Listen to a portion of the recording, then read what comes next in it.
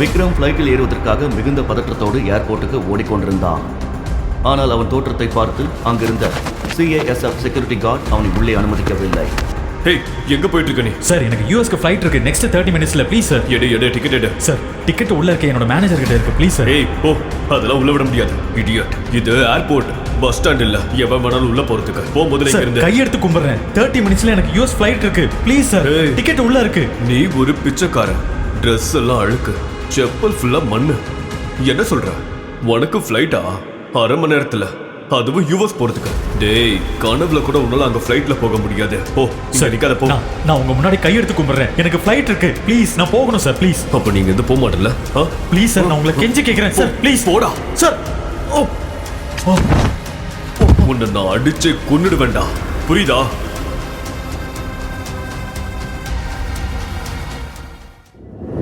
ஓய் விக்ரம். அது விக்ரமின் மனைவி சுரபி. அவள் சிட்டியின் மிகப்பெரிய கோடீஸ்வர குடும்பத்தைச் சேர்ந்தவள். அவள் தன் கணவன் விக்ரம் CISF செக்யூரிட்டி கார்டு தள்ளிவிட்டதை பார்த்தாள். விக்ரமும் சுரபியும் பெயருக்குத்தான் கணவன் மனைவி. ஏனென்றால் சுரபி தாத்தாவின் கட்டாயத்தினால் இந்த திருமணம் நடந்தது. அதன் பிறகு விக்ரம் சுரபி வீட்டில் வீட்டோடு மாப்பிள்ளையாக ஒரு வேலைக்காரனைப் போல நாயை விட மோசமாக வாழ்ந்து வருகிறார். மிஸ்டர் லோக்கல், நீ என்ன பண்ணிட்டு இருக்க? உனக்கு தெரியும் தானே, இங்க ரொம்ப இம்பார்ட்டன்டான இன்வெஸ்டர்ஸ் வர போறாங்க. நான் உங்களை வெல்கம் பண்றதுக்காக இங்க வந்திருக்கேன். இந்த இடத்துல எந்த டிராமாவும் நடக்கக்கூடாது. இங்க நீ எதுக்காக வந்தியோ அது அப்படியே விட்டுட்டு போங்க. இருந்து சீக்கிரம் கிளம்பு. சுரபி, எமர்ஜென்சியா நான் அமெரிக்கா போகணும். கையில டிக்கெட் இல்லாம உள்ள விட மாட்டேங்கிறாங்க. ப்ளீஸ் ப்ளீஸ், தயவு செஞ்சு கெஞ்சி கேட்கிறேன், எனக்கு ஹெல்ப் பண்ணு ப்ளீஸ். Have dare you! முதல்ல வெளியே வந்தா என் கையை பிடிச்சி பேசுற வேலை வச்சுக்காத. அமெரிக்கா போறியா நீ?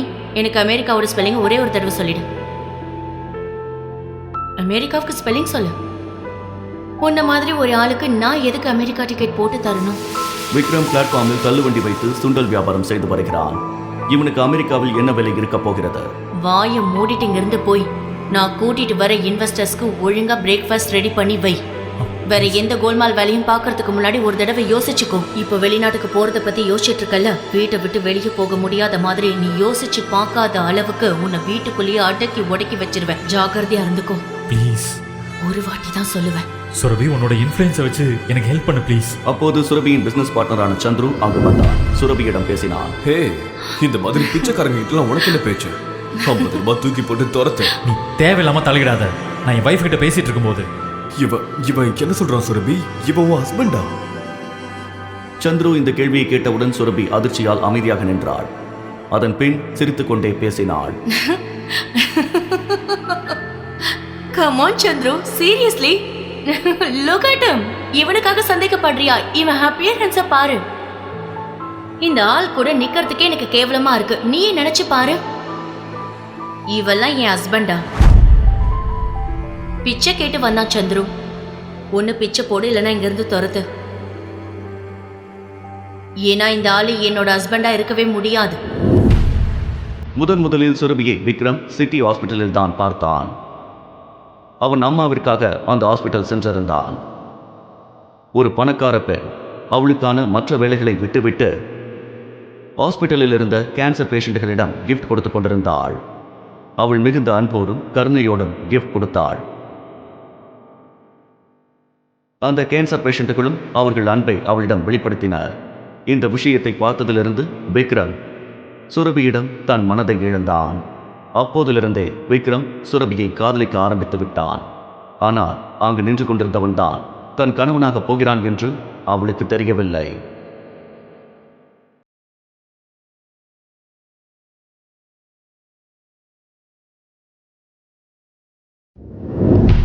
பிச்சைக்காரன் நாய் நீ. நான் உன்னை அடிச்சு மூஞ்செல்லாம் உடைக்கிறதுக்கு முன்னாடி ஒழுங்கு மரியாதை எங்கிருந்து போ. விக்ரம் தன் நிலைமை நினைத்து அவன் தன் மனதுக்குள் அழுதான். அவன் அங்கிருந்து வெளியில் செல்வதற்கு முன் ஏர்போர்ட் வாசலில் ஒரு பிளாக் கலர் கார் வந்து நின்றது. அதிலிருந்து சிட்டியின் பெரிய பிசினஸ்மேனான நிதின் வர்மா வந்து இறங்கினார். உடனே அவர் பார்வை விக்ரமின் மேல் பட்டது. விக்ரமை பார்த்து கொண்டே வந்தவர் அவனிடம் பேசினார். மிஸ்டர் விக்ரம், நீங்க சார், உங்களுக்கு எனக்கு தெரியுதா? நிதின் வர்மாவை யாருக்கு தான் தெரியாது. சுரபி அவரை பார்த்தவுடன் கண்டுபிடித்து விட்டாள். அவர் விக்ரமுடன் பேசிக் கொண்டிருப்பதை பார்த்த சுரபியும் சந்துருவும் அதிர்ச்சி அடைந்தனர். மிஸ்டர் நிதின் வர்மாவை இந்த பிச்சைக்காரனுக்கு எப்படி தெரியும்? அதே தான் யோசிச்சுட்டு இருக்கேன். நிதின் வர்மா 5000 crores ப்ராப்பர்ட்டிக்காக தான் இங்க வந்தாரு. ஆனா அந்த உதவாக்கரை கிட்ட எதுக்கு பேசிட்டு இருக்காரு? ஐம் ஷூர் அவரோட டிரைவரா இருப்பான். ஹலோ, நீங்க சீக்கிரம் வாங்க, immediately.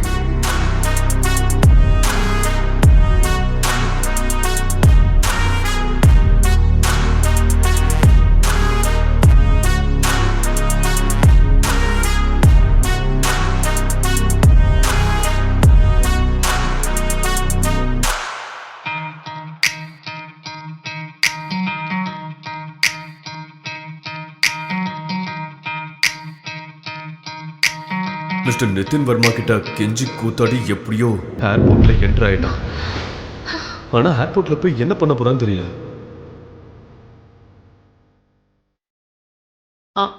Excuse me, mister Nitin Varma right? Hi, நான் சுரபி, சரவணன் குரூப்போட CEO.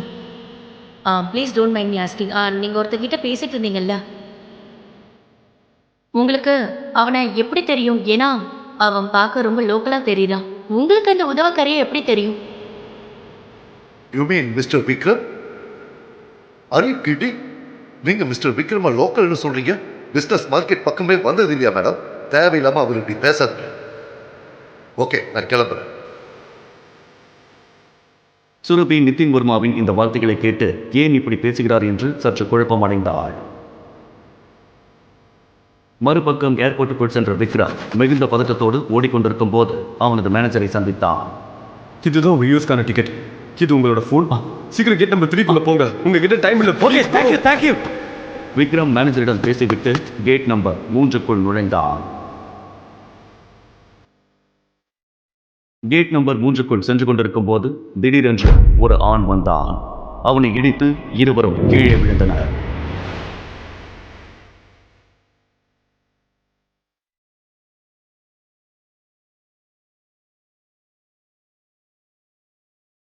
சார் நீங்கள் ஓகே தானே? அறிவு இருக்கா? ஏர்போர்ட் அது. இது ஒன்றும் பார்க்கல, புரியுதா? இந்த மாதிரி லோக்கல் ஆளுங்களை உள்ள யார் விட்டது? சாரி சார், அவசரத்தில் வந்ததால தெரியாமல் அடிச்சிட்டேன். எனக்கு ஃப்ளைட் போயிடும், நான் போய் ஆகணும். சாரி. ஏய் ஸ்டே. என்னை இடிச்சிட்டு ஃப்ளைட்டில் என்ன? இந்த ஏர்போர்ட்லேருந்து 2 மினிட்ஸில் தூக்கிடுவேன், புரியுதா? உனக்கு தெரியல நீ யாரை இடிச்சிருக்க சார். புரியுதா? எங்களோட எம்டி அடிச்சிருக்க. உனக்கு இவர் யாருன்னு தெரியல. இவர் பிரைம் ஏர்லைன்ஸோட எம்டி. சார், என் ஃப்ளைட் கூட பிரைம் ஏர்லைன்ஸோடது தான். ப்ளீஸ், நான் உங்ககிட்ட மன்னிப்பு கேட்டுக்கிறேன். நீங்கள் என்னை விட்டுருங்க, கொஞ்சம் emergency please sir. Emergency? Give me. Sir, N ticket. ஏய், நான் பார்க்குறேன் உன்ன மாதிரி ஒரு லோக்கல் எப்படி என் ஏர்லைன்ஸில் போகிறேன். ப்ளீஸ் சார், என் புரியுதா? டிக்கெட். போட சார் ப்ளீஸ் சார், வீடு அவன் கிட்ட. என் டிக்கெட். ஓ சார் சார், என் டிக்கெட் கொடுங்க. நீடா விட்டுறாதீங்க அவனை. என்ன கொடுங்க. ஸ்டே தான், புரியுதா? ஏய், அவன் டிக்கெட்டை கை.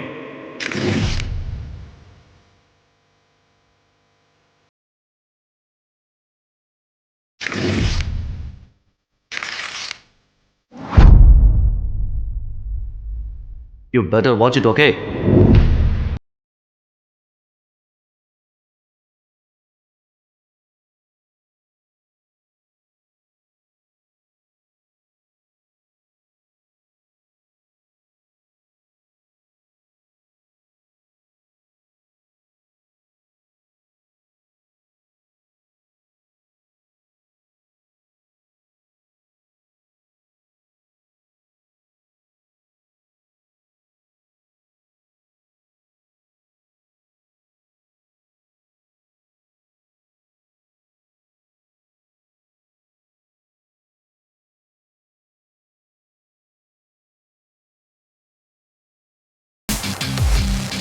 How dare you?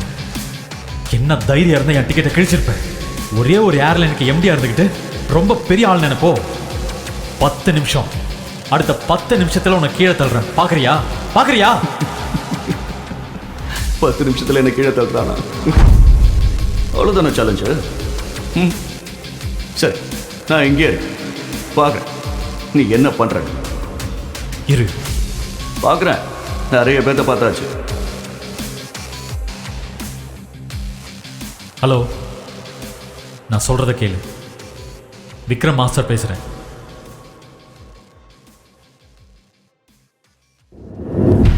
அன்பான வாடிக்கையாளர்களுக்கு சற்று முன் கிளம்பிய பிரைம் ஏர்லைன் சேவை நிரந்தரமாக நிறுத்தப்பட்டது. அந்த காரணத்தினால் ஏற்பட்ட அசௌகரியத்திற்கு மிகவும் வருந்துகிறோம். அனைத்து பயணிகளும் மன்னிக்கவும். ஹே mister, hello, authority authority authority, நான் எந்த பெர்மிஷன் ஆர் நோட்டீஸும் கொடுக்கல. எப்படி இந்த அனௌன்ஸ்மெண்ட் நடக்குது? சார், அது மேலிடத்துலேருந்து வந்த இமிடியேட் ஆர்டர். ஆர்டர்? உங்கள் லைசன்ஸ் கேன்சல் பண்ணிட்டாங்க சார். வாட்? பிரைம் ஏர்லைன்ஸை பேன் பண்ணிட்டாங்க. நீங்கள் எதுனாலும் அங்கே பேசிக்கோங்க. ஹலோ ஹலோ,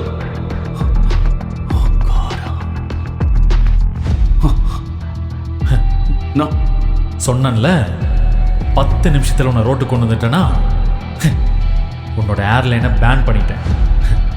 சடனாக நடந்துருச்சா? ஆனால் நீ ஒரு சாதாரண ஆள் தானே. நீ எப்படி இதெல்லாம் பண்ண? ஆ? நான் ஒரு crore ஆள். என்கிட்ட பவர் இருக்கு. என்னோட ஏர்லைன்ஸை பேன் பண்றதுக்கு பிரைமரி சோர்ஸோட நிறைய ஆர்டர் தேவைப்படும். ஆனா எதுவுமே இல்லாம ஒரு கால் பண்ணி எப்படி? இப்போ வர 3 ஏர்லைன் பேன் ஆயிடுச்சு. இந்தியாவில் ஃப்ராடு பண்ணி ஸ்விஸ் பேங்க்ல பணம் போட்டிருக்கேல்ல, ஞாபகம் இருக்கா?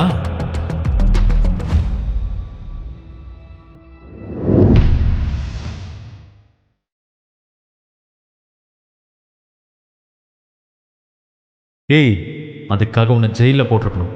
ஆனால் நான் ஒரு எமர்ஜென்சியில் இருக்கேன். அதான் உன்னை இதோட விடுறேன். இல்லை உன் கையில் திருவோடு கொடுத்து பிச்சை எடுக்க வச்சிருவேன்டா.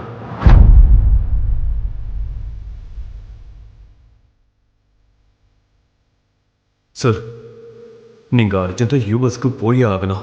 நான் உங்களுக்கு ப்ரைவேட் ஜெட் அரேஞ்ச் பண்ணிட்டேன். நம்ம இப்போ கிளம்பணும். Yes sir. Private jet? அப்படின்னா இவன் ஒரு சாதாரண ஆள் இல்லை. இவன் பெரிய பணக்காரன், ஒரு பவர்ஃபுல்லான ஆள். நில்லு, உன் பேர் என்ன?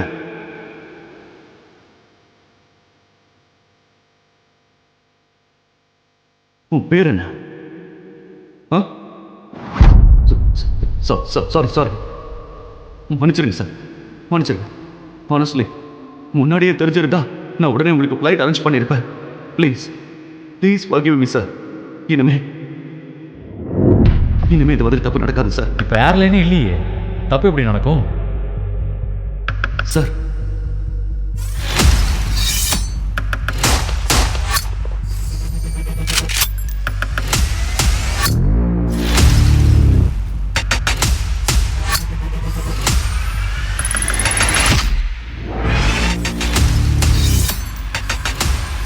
Good morning, sir. Good morning. Sir, bag please. It's all right. Sir, please give me. I will keep it. Yeah, thank you. அப்போது யூஎஸ்ல இருந்து ஒரு கால் வந்தது.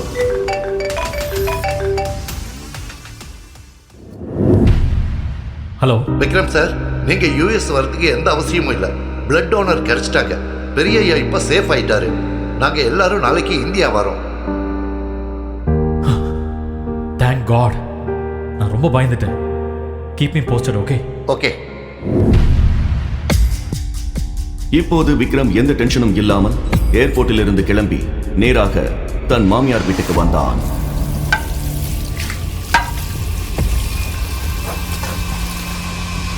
அங்கு எப்பவும் போல விக்ரம் வீட்டு வேலைகளை எல்லாம் முடித்து சுரபிக்கு லஞ்ச் பேக் செய்து காதில் இயர்போனுடன் அவள் ஆபீஸுக்கு வந்தான். குட் மார்னிங் மிஸ்ஸஸ் ரூபா, எப்படி இருக்கீங்க? பார்க்க ரொம்ப அழகா இருக்கீங்க. Hello, how are you? You என்ன? ஏன் இவ்வளோ டென்ஷனாக இருக்கீங்க ரூபா? காட், நீ எப்பவும் வேலைக்கார மாதிரி வீட்டு வேலை மட்டும்தான் செய்வியா? நியூஸ் எல்லாம் பார்க்க மாட்டியா? நீ எவ்வளோ பெரிய பிஸ்னஸ் மேனோட மருமக, உனக்கு நியூஸ்ல என்ன நடக்குதுன்னே தெரியாதா? என்னாச்சு ரூபா மேம்? அங்க பாரு. டெண்டர்ஸ் கிடைக்காததால் சரவணன் இண்டஸ்ட்ரீஸ் மிகப்பெரிய பின்னடைவை சந்தித்துள்ளது. இந்த 2000 கோடி டெண்டர் மூலம் திவாலாக போகும் கம்பெனியை மீட்க இருந்த கடைசி வாய்ப்பும் கை நழுவி விட்டது. கடனில் கவிழப் போகும் கம்பெனியை எப்படி மீட்கப் போகிறார் CEO சுரபி?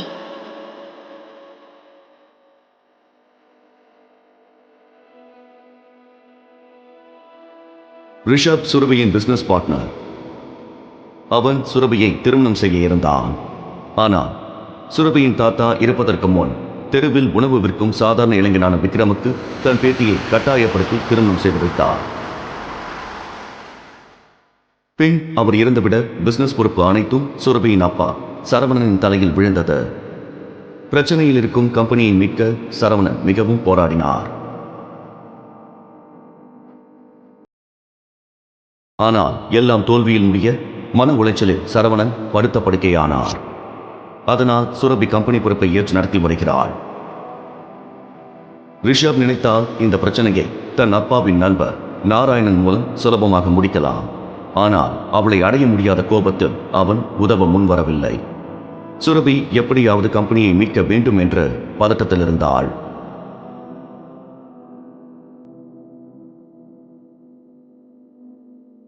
டெண்டர் கிடைக்காதால எல்லா இன்வெஸ்டர்ஸும் நம்மளை கைவிட்டுட்டாங்க. இது பாருங்க, the balance sheet is looking very bad. They don't trust us any more. இப்படியே போச்சுன்னா நம்ம கம்பெனி திவால் ஆகிடும். No, no, no, no, no, no. This cannot happen. I can't let this happen. இது வெறும் கம்பெனி மட்டும் இல்ல.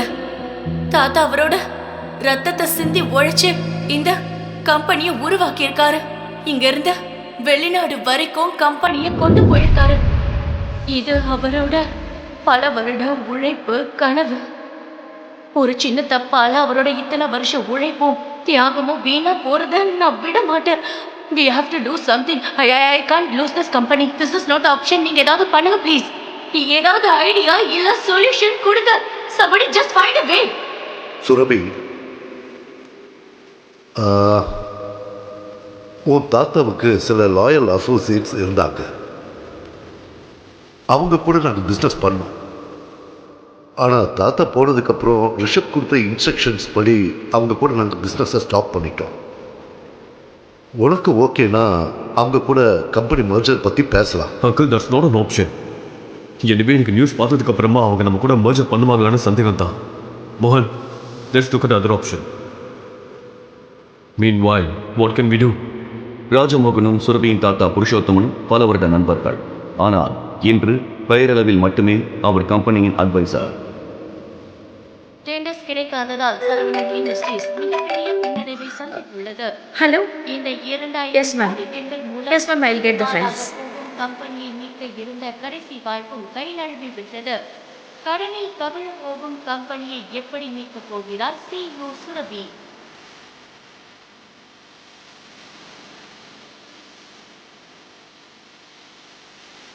மேம், சுரபி இங்கே. விக்ரம், நீ வீட்டுக்கு போ. நான் அவசரமா இந்த ஃபைல்ஸை கொண்டு போகணும். சுரபி நான் உடனே பார்க்கணும். I need to meet her right now please. Vikram, அடம் பிடிக்காத, வீட்டுக்கு போ. நீங்கள் எங்கே போகிறீங்க? Meeting room. செக்யூரிட்டி ரூபா மீட்டிங் ரூமுக்குள் நுழைய அவருக்கு பின்னால் விக்ரமும் மீட்டிங் ரூமுக்குள் நுழைந்தான். விக்ரம் வந்ததை பார்த்ததும் எல்லோருக்கும் முகம் மாறியது.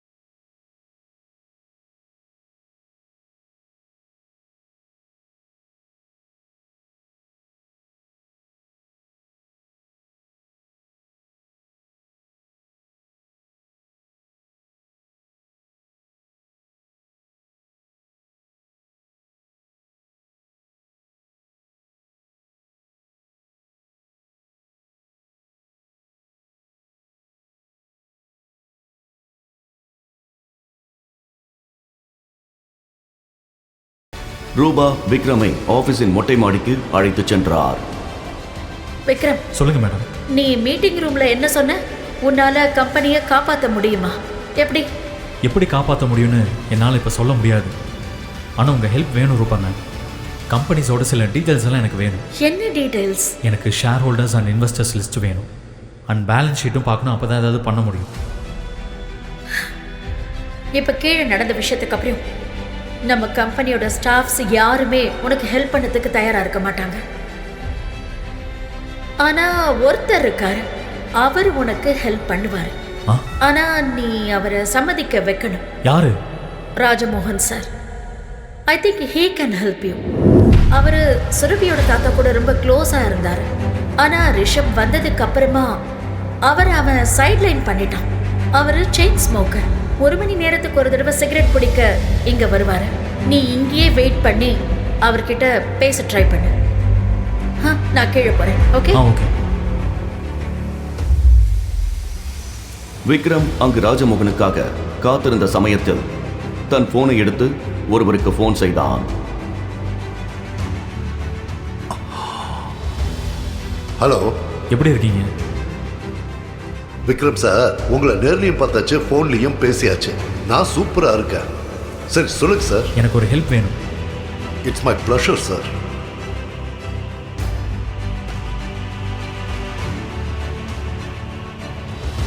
நீங்கள் சீக்கிரமாக அந்த டீட்டெயில்ஸை கலெக்ட் பண்ணி சொல்லுங்கள். நான் வைக்கிறேன். ஓகே, பாய். Hello sir.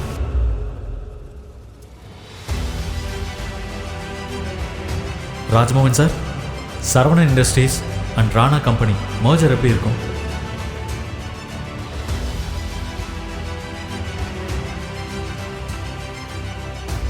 ராணா கம்பெனியா? இதை பத்தி உனக்கு எப்படி தெரியும்? அவங்க எங்களோட பழைய business Associates. How to you know that? அதற்கு பின் விக்ரம் சொன்னதை கேட்டு ராஜமோகன் பெரும் வியப்பில் ஆழ்ந்தார்.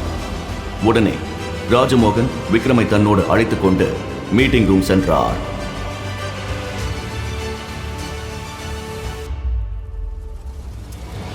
இந்த ஒண்ணுத்துக்கு உதவாதவன் இங்க என்ன பண்றான்? Mind your words Rishabh.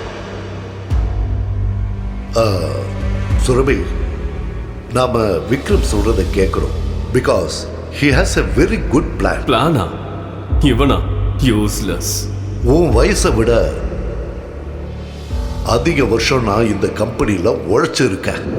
இந்த பிரச்சனைக்கு நடுவே சுரபிக்கு அவள் தாத்தா சொன்ன முக்கியமான விஷயம் ஞாபகத்துக்கு வந்தது.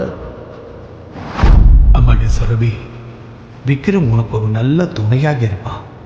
இன்னொரு விஷயம் ஞாபகம் வச்சுக்க, உனக்கும் நம்ம கம்பெனிக்கும் எந்த பிரச்சனை வந்தாலும் விக்ரம் உன்னை காப்பாற்றுவான். நீங்க என்ன சொல்ல வரீங்க? ஈனா, அமைதியா இருங்க ப்ளீஸ். கொஞ்ச நேரத்துக்கு அமைதியா இருங்க. ரிஷப் ப்ளீஸ் பி காய். மறந்துடாதீங்க, இந்த கம்பெனியோட பாஸ் நான் தான். Decision making power is in my hand. My decision is always final. Vikram, உனக்கு என்ன சொல்லணுமோ சொல்லு. வா விக்ரம்,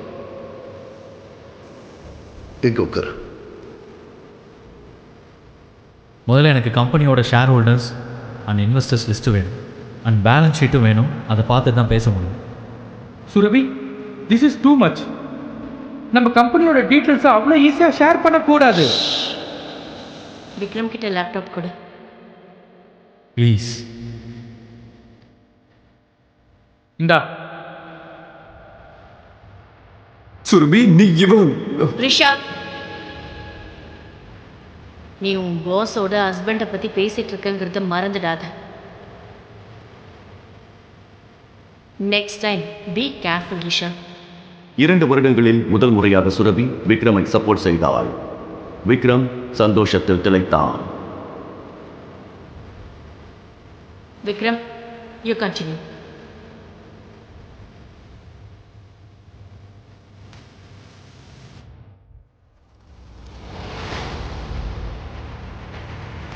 பேலன்ஸ் ஷீட்டில் இருக்கிற ஃபியூ டிரான்சாக்ஷன் சரியில்லையே.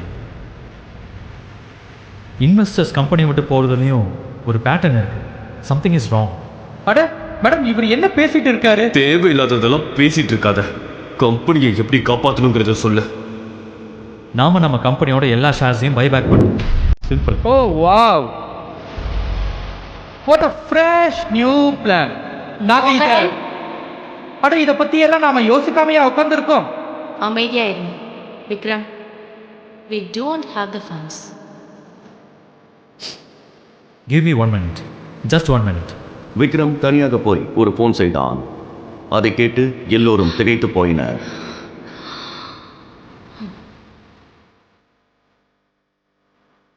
சரிங்க பாருங்க, நான் சொல்கிறத ரொம்ப கவனமாக கேளுங்க. முதல்ல என்ன பண்ணுறீங்கன்னா, ராணா கம்பெனியிலேருந்து சரவணா இண்டஸ்ட்ரீஸ்க்கு உடனே 5 crores ட்ரான்ஸ்ஃபர் பண்ணுங்க. அடுத்தது ராணா கம்பெனிஸ் சரவணா இண்டஸ்ட்ரீஸ் கூட நடக்க இருக்கிற மர்ஜரை உடனே அனௌன்ஸ் பண்ணுங்க. அப்புறம் ஃபைனலாக கபூர் இண்டஸ்ட்ரீஸோட எல்லா ஷேர்ஸையும் வாங்கிடுவோம். சுரபி விக்ரம் சொன்னதையெல்லாம் கேட்டு நம்ப முடியாமல் உட்கார்ந்திருந்தாள். இத்தனை நாட்கள் எதற்கும் உதவாதவன் என்று நினைத்தவன் இன்று அவள் கம்பெனியை காப்பாற்றப் போகிறான் என்பதை அவளால் துளி கூட நம்ப முடியவில்லை. விக்ரம், நீ யாரு? Breaking news, we have a huge news. Rana industries Saravana industries கூட மர்ஜ் பண்ணிட்டாங்க. இது பிரச்சனையில இருக்கிற சரவணா இண்டஸ்ட்ரீஸை காப்பாத்திடும். சரவணா இண்டஸ்ட்ரீஸோட ஷேர்ஸ் எல்லாம் திரும்ப வாங்கிட்டாங்க. இந்த மர்ஜ் சரவணா இண்டஸ்ட்ரீஸ்க்கு ஒரு மிகப்பெரிய வளர்ச்சியை கொடுக்க போகுது. அதோட இந்த கம்பெனியை மீட்டெடுக்கவும் இது உதவியா இருக்கும்.